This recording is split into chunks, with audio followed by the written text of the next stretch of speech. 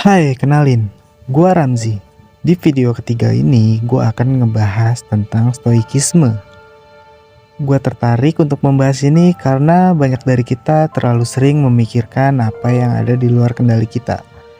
Memusingkan banyak hal yang berada di luar kontrol kita, dan akhirnya kita menjadi overthinking, stres, dan tidak bahagia.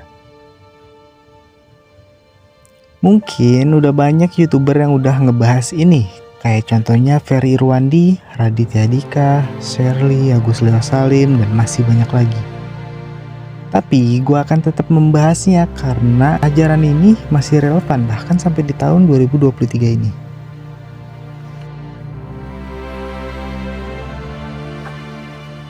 Jadi, apa itu stoikisme? Singkatnya, stoikisme adalah salah satu aliran filsafat yang membantu kita untuk mengontrol emosi negatif dan melipat gandakan rasa syukur serta kebahagiaan.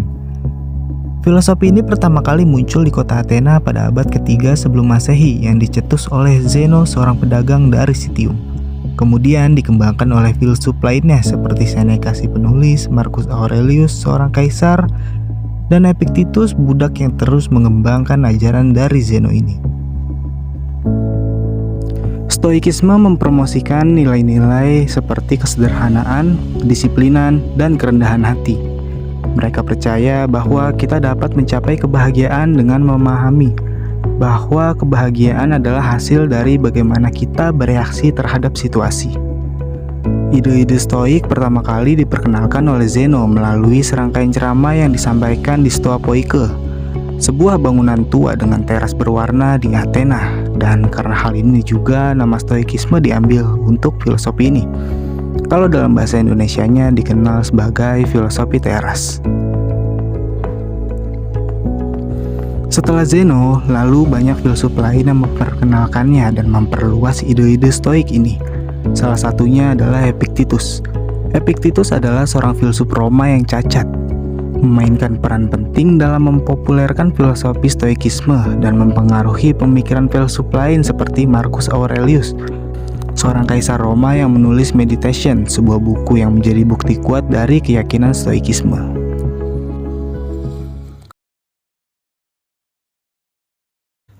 Definisi stoikisme dibagi menjadi dua teori penting, yaitu teori kontrol internal dan eksternal. Teori bagaimana mencapai kebahagiaan dan teori bagaimana mengatasi stres dan cemas. Inilah yang dinamakan dikotomi kendali. Nah, apa sih teori kontrol internal ini? Teori kontrol internal adalah segala sesuatu yang berada di dalam kendali kita secara penuh. Contohnya kayak emosi kita, sikap kita, respon kita, bahkan pikiran kita, itu semua berada di dalam kendali kita sendiri. Yang kedua ada teori kontrol eksternal. Teori kontrol eksternal adalah segala sesuatu yang nggak bisa kita kontrol atau kita kendalikan, yang semua itu berada di luar kendali kita. Contohnya kayak reaksi orang lain, pendapat orang lain. Kita bisa melakukan sebuah aksi, tapi orang lain bisa melakukan reaksi terhadap aksi kita. Dan rasa benci orang terhadap kita nggak bisa memaksa orang itu untuk nggak membenci kita, karena itu berada di luar kontrol kita. Dan ketika orang lain membenci kita, ya sudah, karena kita nggak bisa mengendalikan itu. Tapi kita bisa mengontrol reaksi kita terhadap orang yang membenci kita. Kita mau marah atau kita mau mengabaikan mereka dan menjalani hidup seperti biasa seolah tak ada yang mengganggu, ya itu semua terserah kita, karena itu berada di dalam kendali kita secara penuh. Tapi masalah terbesarnya, manusia pada umumnya menaruh rasa bahagianya dan faktor kepuasan di kontrol eksternal ini, yang mana hal itu nggak bisa dikendalikan sama sekali. Nah, stoikisme ini hadir untuk menyadarkan kita bahwa kita bisa mendapat kebahagiaan dari teori internal ini. Jadi, itulah yang menjadikan fundamental dari ajaran filsafat ini. Sebagai contoh, misalkan gua adalah seorang pelajar multimedia. Gua sering bikin film pendek. Dan ketika membuat film pendek, Gue yang menulis cerita itu, gue yang membuat storyboardnya, gue yang membuat director treatmentnya, dan sampai gue yang mengatur talent hingga waktu tayang filmnya itu nanti. Itu semua berada di dalam kontrol gue, di dalam kendali gue. Tapi ketika film yang gue buat tayang dan orang lain mengomentari itu atau memberi respon atas film yang gue buat itu, orang memuji atau bahkan mencaci film yang gue buat, itu semua sudah berada di luar kontrol gue dan di luar kendali gue. Gue gak bisa mengendalikan respon mereka atas film yang gue buat. Dan ketika gue menaruh kebahagiaan atas dimensi eksternal tadi, nah kemungkinan terbesar gue gak akan mendapat kebahagiaan dan kepuasan yang gue kehendaki. Tapi ketika gue menaruh kepuasan dan kebahagiaan gue di dimensi internal, yang mana gue akan bahagia ketika film itu tayang dan tercipta sesuai dengan rencana dan keinginan gue, maka gue akan lebih damai dan tenang ketika orang lain memberi tanggapan atau respon apapun setelah menonton film yang gue buat itu. Karena gue menaruh rasa puas gue ketika film itu tercipta sesuai dengan apa yang gue rencanakan. Dan ketika film itu tercipta, gue sudah merasa bahagia dan gue akan lebih tenang menghadapi respon apapun dari orang lain mengenai film gue itu. Dan contoh lainnya, misal gue lahir di keluarga yang berkekurangan. Tentu gue akan menghabiskan waktu secara sia-sia jika gue hanya meratapi nasib karena gak bisa melakukan banyak hal karena keterbatasan biaya dan malah menyalahkan keadaan. Itu semua sudah di luar kendali gue.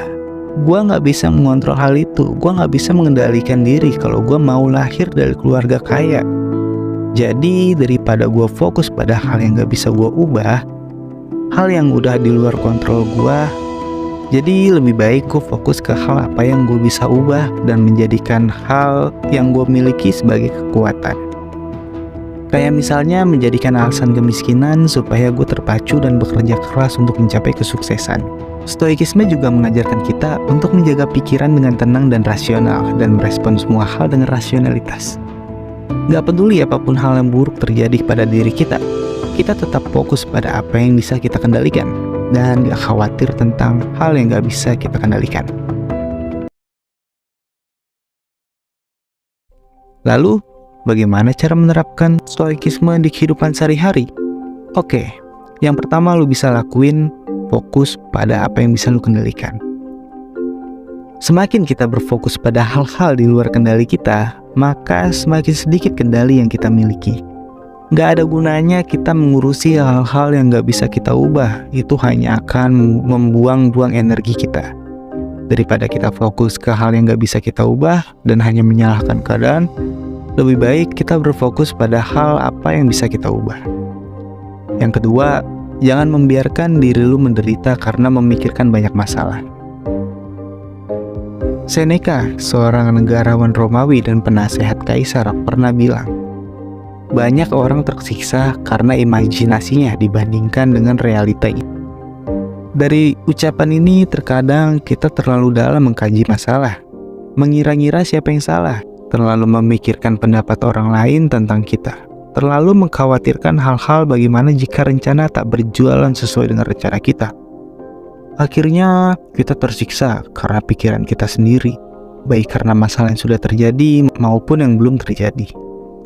Dan akhirnya yang terjadi malah hidup kita semakin terpuruk dan penuh dengan kesedihan. Padahal bisa aja yang kita pikirin semuanya salah.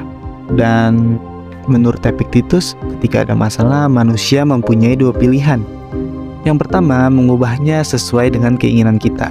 Dan yang kedua, menerimanya dengan lapang dada bahwa begitulah kenyataan yang terjadi.